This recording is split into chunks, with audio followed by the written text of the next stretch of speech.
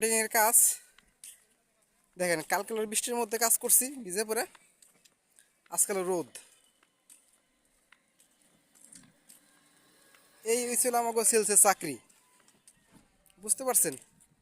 সেলসের চাকরি হচ্ছে এই আমাদের, আজকাল রোদ কালকে বৃষ্টি।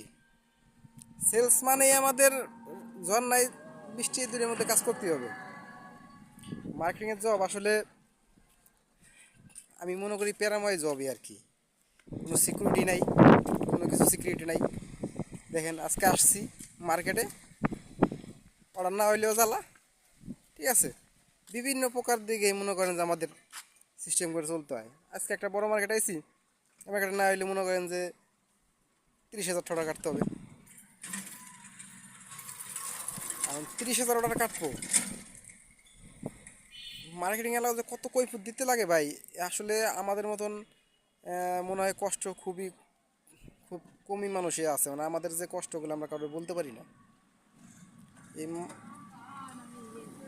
মার্কেটিংয়ের জবে আমাদের অনেক কিছু, মানে আপনার বলতে হয় যে বিষয়গুলো যে আমরা ভিতরের লোকে রাখি, কিন্তু কষ্টগুলো বলি না।